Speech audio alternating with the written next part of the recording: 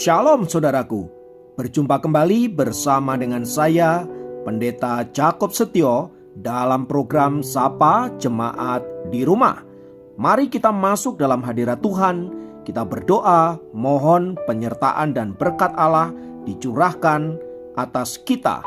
Bapa, kami menyerahkan waktu renungan firman Tuhan kali ini ke dalam tangan kasih-Mu. Mohon hikmat-Mu, mohon pencerahan daripadamu. Biarlah kami mengerti akan kehendak-Mu, supaya sepanjang hari ini menjadi hari yang diberkati, di mana kami boleh hidup seturut dengan kehendak-Mu. Berfirmanlah Tuhan, kami siap diberkati. Di dalam nama Yesus kami berdoa dan bersyukur kepadamu. Haleluya, amin. Firman Tuhan kali ini saya ambil dari Amos pasal yang ke-5 ayat yang ke-4. Saya ulangi, Amos pasal ke-5 ayat yang ke-4 berkata, "Sebab beginilah firman Tuhan kepada kaum Israel, carilah aku maka kamu akan hidup." Saudaraku yang dikasihi Kristus, dalam hidup ini kita seringkali diperhadapkan dengan apa yang namanya pilihan-pilihan. Sejak kita bangun tidur sampai kita tidur lagi, kita bertemu dengan begitu banyak pilihan. Dan kita harus membuat keputusan yang tepat terhadap pilihan-pilihan yang ada tersebut. Mengapa? Karena setiap pilihan pasti ada konsekuensinya, ada akibatnya. Tak jarang ketika kita membuat pilihan yang salah, menyebabkan hidup kita menderita. Sebagai contoh, misalnya kita salah makan. Paling tidak kita akan menderita 3 hari mencret-mencret misalnya, atau sakit perut dan lain sebagainya. Atau kita membuat keputusan yang salah dengan potong rambut atau gaya rambut. Paling tidak kita membutuhkan waktu 3 bulan agar rambut itu panjang kembali. Dan kita pasti akan sangat tersiksa selama waktu itu. Atau mungkin ada hal yang lain, misalnya berkaitan dengan pilihan tentang pasangan hidup. Kalau kita salah memilih pasangan hidup, maka kita akan menderita seumur hidup kita. Dan itu tentu sangat menyiksa. Terlebih lagi kalau kita salah dalam hal memilih juru selamat, maka kita akan menderita untuk selama-lamanya.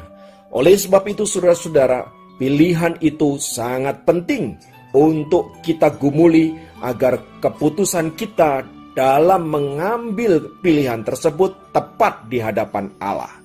Nah, firman Tuhan yang baru saja kita baca juga berbicara tentang pilihan. Tuhan memperhadapkan kepada bangsa Israel agar mereka membuat keputusan yang tepat terhadap pilihan mereka menyangkut siapa yang akan mereka sembah. Tuhan berkata, "Carilah aku maka kamu akan hidup." Saudaraku dikasihi Tuhan, mengapa Tuhan berbicara demikian kepada bangsa Israel? Karena waktu itu Israel adalah bangsa di mana dia selalu saja melakukan hal-hal yang cemar di hadapan Allah. Hati mereka bengkok dan senantiasa membelakangi Tuhan. Mereka selalu tergoda untuk menyembah ilah-ilah bangsa kafir. Mereka selalu tergoda untuk mengikuti pola ibadah bangsa-bangsa yang tidak mengenal Allah.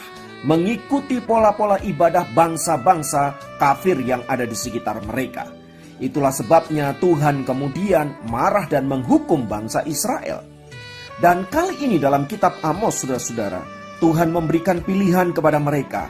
Carilah aku maka kamu akan hidup. Artinya apa?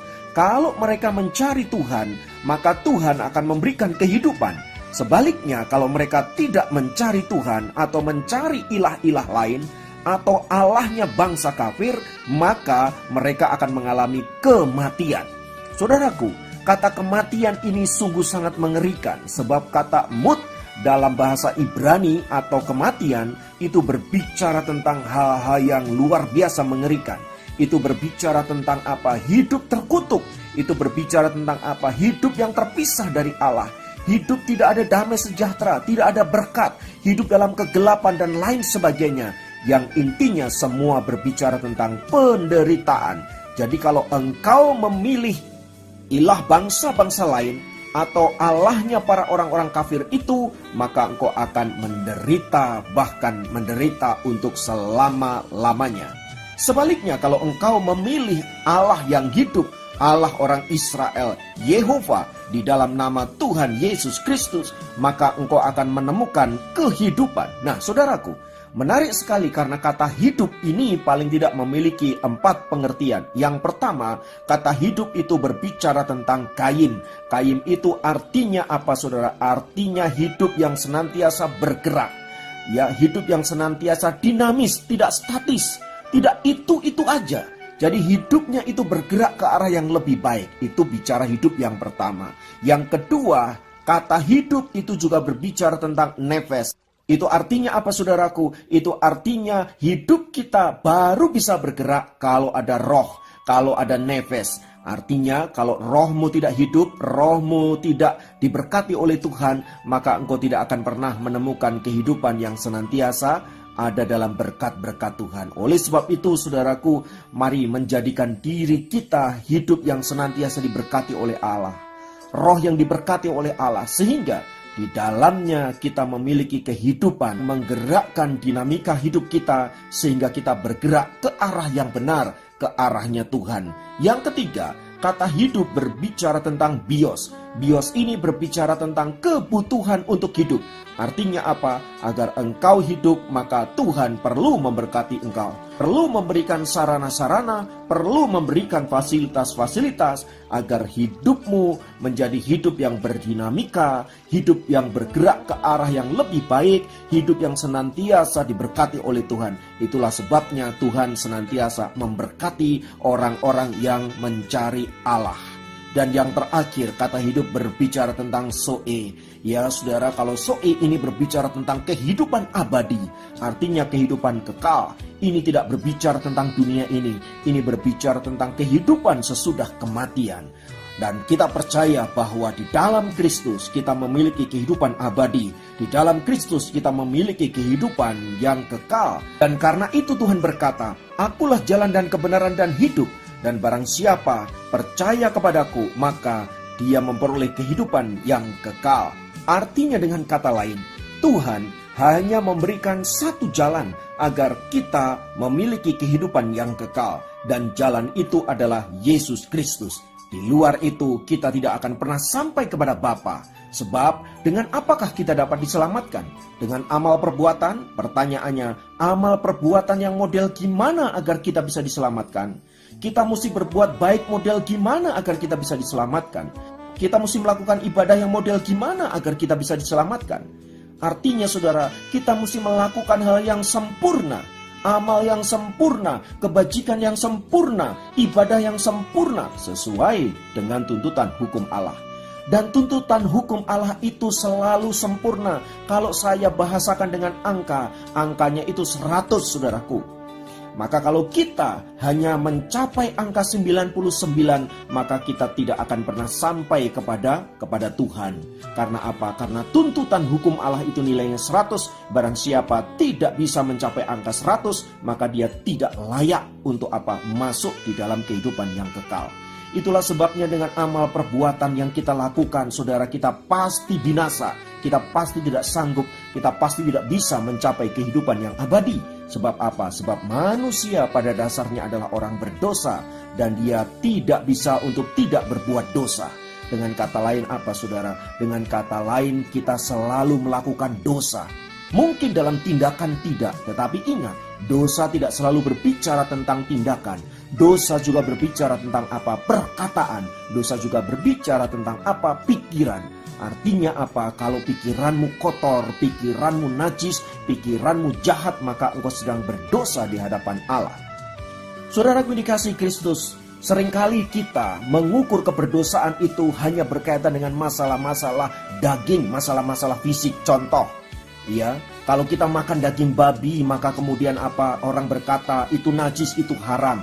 Saudaraku dikasihi Tuhan, saya mau katakan, firman Tuhan berkata begini, bukan apa yang masuk ke dalam mulutmu yang menajiskan kamu, tetapi apa yang keluar dari mulutmu lah yang menajiskan kamu, yang mengharamkan kamu. Yaitu apa? Yaitu perkataan yang kotor, yaitu sumpah serapah, yaitu makian, dan berbagai-bagai kata jahat yang keluar dari mulut kita. Sebab apa yang keluar dari mulut kita yaitu kata-kata yang jahat, yang kotor, yang najis tadi, saudara-saudara, itu semua keluar dari hatimu, keluar dari pikiranmu. Jadi saudaraku, bukan apa yang masuk ke dalam mulut, sebab apa yang masuk ke dalam mulut, saudaraku, itu akan turun ke bawah dan dibuang ke jamban, dan itu tidak akan pernah menajiskan orang. Yang menajiskan orang adalah pikiran yang jahat, hati yang jahat, yang keluar lewat kata-kata. Maka saudaraku dikasihi Kristus, sebagai orang-orang yang sudah ditebus oleh Kristus, yang sudah memiliki kehidupan kekal dan abadi, maka kita juga harus menjaga perkataan kita, hidup kita benar di hadapan Allah. Dan saudara-saudara, tanpa Kristus kita tidak akan pernah bisa masuk dalam kerajaan surga yang mulia. Entah itu saudara upayakan dengan perbuatan, dengan ibadah, dan dengan berbagai-bagai amal kebajikan. Tidak bisa. Sebab apa? Sebab engkau manusia berdosa. Engkau tidak mungkin masuk dalam surga Tuhan yang kudus dan mulia. Hanya oleh Kristuslah maka engkau boleh masuk dalam kerajaan surga yang mulia. Karena apa? Karena Kristus Yesus, atau yang sering disebut dengan Isa Al-Masih, adalah satu-satunya manusia yang tidak berdosa. Bahkan sejak lahirnya dikatakan apa? Dia tidak dijamah oleh setan. Mengapa? Karena dia adalah Allah sendiri, dia adalah Tuhan. Setan tidak akan pernah berkuasa. Semua nabi, semua manusia begitu lahir dijamah oleh setan. Tetapi hanya Yesus yang tidak pernah disentuh oleh setan. Karena apa? Karena Tuhan berkuasa daripada setan-setan itu. Tuhan lebih hebat dari setan-setan itu. Oleh sebab itu saudaraku dikasihi Tuhan, kita bersyukur karena Tuhan Yesus berkata, "Akulah jalan dan kebenaran dan hidup. Barang siapa percaya kepadaku, maka dia akan memperoleh kehidupan yang kekal dan abadi." Maka saudaraku, firman Tuhan tadi berkata, "Carilah aku, maka kamu akan hidup." Baik hidup di dunia ini, kita akan menikmati apa yang namanya dinamika hidup, kita menikmati apa yang namanya jiwa yang bersuka cita, kita menikmati apa yang namanya berkat-berkat penyertaan Tuhan, tetapi juga kita akan menikmati apa yang namanya hidup kekal abadi bersama dengan Tuhan. Kiranya firman Tuhan ini memberkati saudara dimanapun berada. Mari kita masuk dalam doa-doa kita. Kita menyerahkan hidup kita ke dalam tangan kasih Tuhan. Tuhan, terima kasih karena firman-Mu telah memberikan kami pencerahan.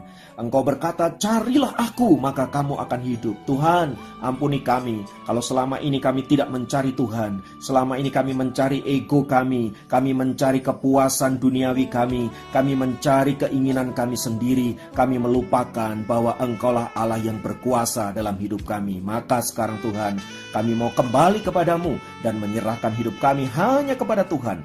Dan biarlah hidup kami senantiasa berkenan di hadapan-Mu sampai kami boleh mengalami berkat-berkat ilahi dinyatakan dalam hidup kami, yaitu hidup kekal dan abadi. Terpuji dalam nama Yesus kami berdoa. Haleluya. Amin. Demikian program Sapa Jemaat kali ini. Sampai jumpa dalam program Sapa Jemaat yang lain. Tuhan Yesus memberkati.